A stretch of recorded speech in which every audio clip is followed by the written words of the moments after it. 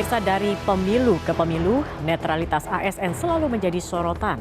Jelang pemilu 2024, sorotan semakin santer karena pemegang kekuasaan terlihat makin nekat menggunakan berbagai instrumen kekuasaan. Salah satunya adalah proses uji materi undang-undang pemilu di MK yang meloloskan Gibran Rakabuming Raka sebagai calon wakil presiden. Lalu siapa saja yang paling potensial untuk menggunakan ASN untuk tujuan pemenangan? Inilah Top Review.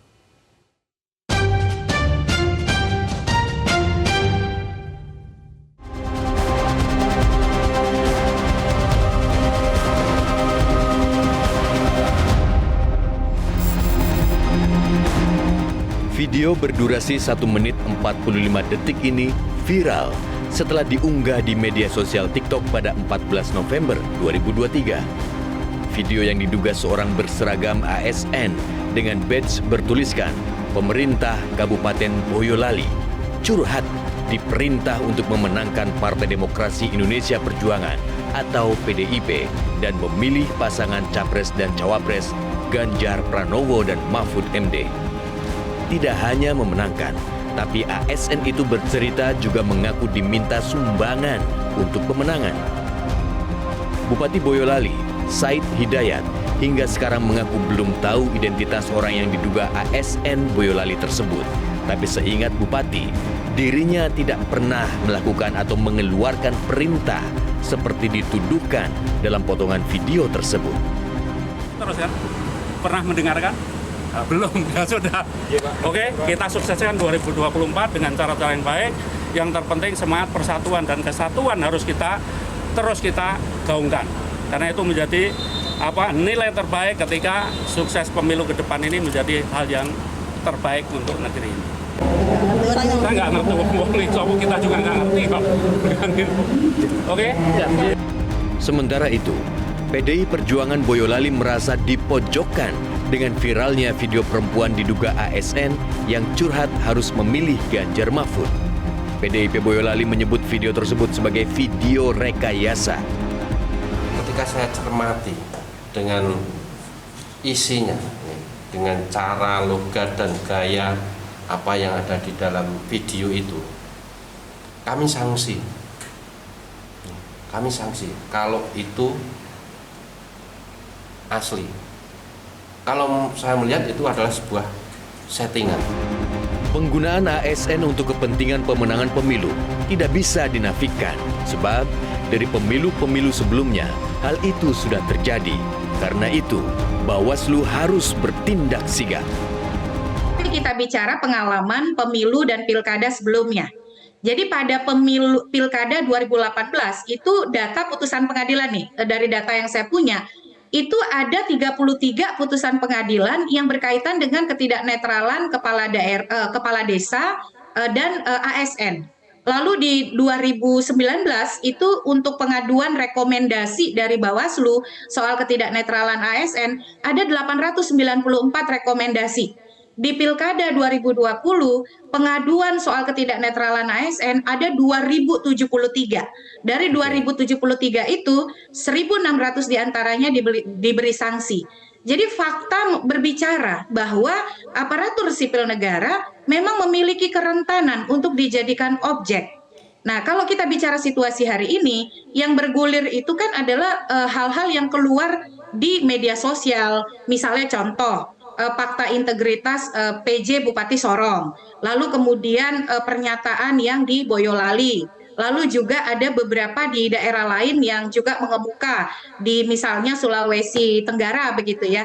Nah, situasi ini supaya tidak bergulir menjadi rumor, terbiarkan dan menimbulkan spekulasi, maka Bawaslu yang menurut saya memang harus sigap, harus gerak cepat.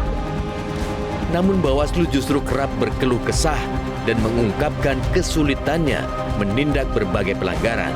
Seperti dalam kasus video viral Boyolali misalnya, Bawaslu setempat mengaku kesulitan untuk mengungkap kasusnya. Namanya baru susun, jadi semua hal yang nanti memungkinkan tentu akan kami lakukan. Tapi tentu karena ini informasinya masih sangat minim sekali ya. Dan bahkan sampai hari ini juga kami belum mendapatkan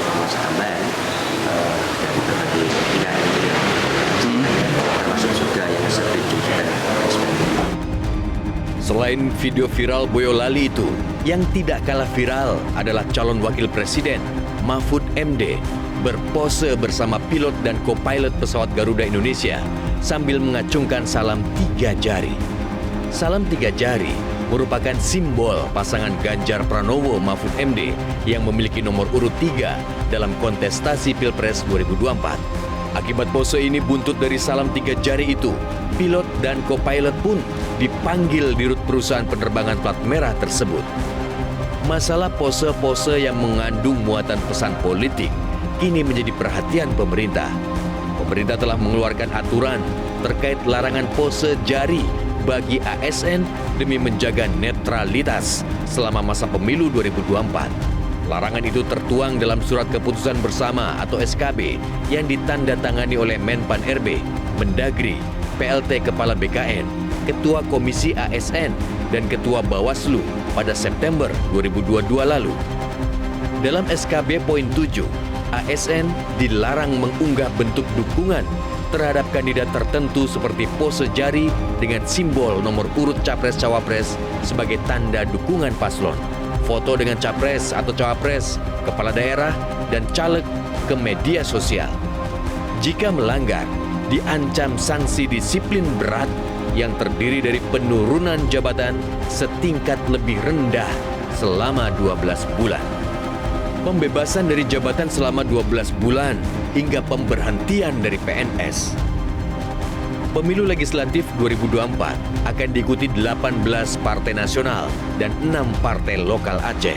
Sedangkan pemilu presiden diikuti 3 pasangan calon, yaitu pasangan nomor urut 1, Anies Baswedan Muhaimin Iskandar, pasangan nomor urut 2, Prabowo Subianto Gibran Rakabuming Raka, dan pasangan nomor urut 3, Ganjar Pranowo Mahfud MD. Pengamat politik Hanta Yuda menyebut pasangan nomor urut 2 dan 3 paling potensial menggunakan ASN untuk tujuan pemenangan. Sebab dua pasangan tersebut memiliki akses kekuasaan yang paling besar. Nah, saya ingin jawab pertanyaan Anggi tadi. Saya kira mulainya di ini, siapa sebenarnya yang paling rentan yang mungkin memanfaatkan politisasi terhadap aparatur sipil negara, TNI, Polri dan sebagainya, tentu adalah kubu atau kontestan yang memiliki akses kekuasaan paling besar, paling tinggi. Itu yang paling besar godaannya, paling besar potensinya, paling besar peluangnya. Karena itulah kalau kita lihat data-data tadi, kalau dari 3 kontestan, pasangan Anies Muhaimin yang paling kecil peluangnya, paling kecil potensinya, hampir tidak ada dari catatan Mbak Titi tadi.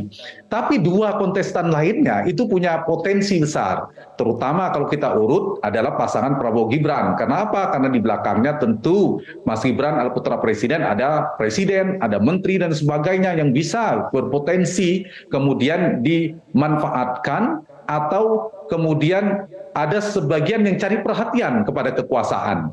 Nah, yang kedua adalah pasangan Ganjar Mahfud MD. Ini sama juga, mereka juga punya akses kekuasaan. Tadi kita lihat ya, sebagai partai pemenang pemilu, punya menteri yang paling banyak.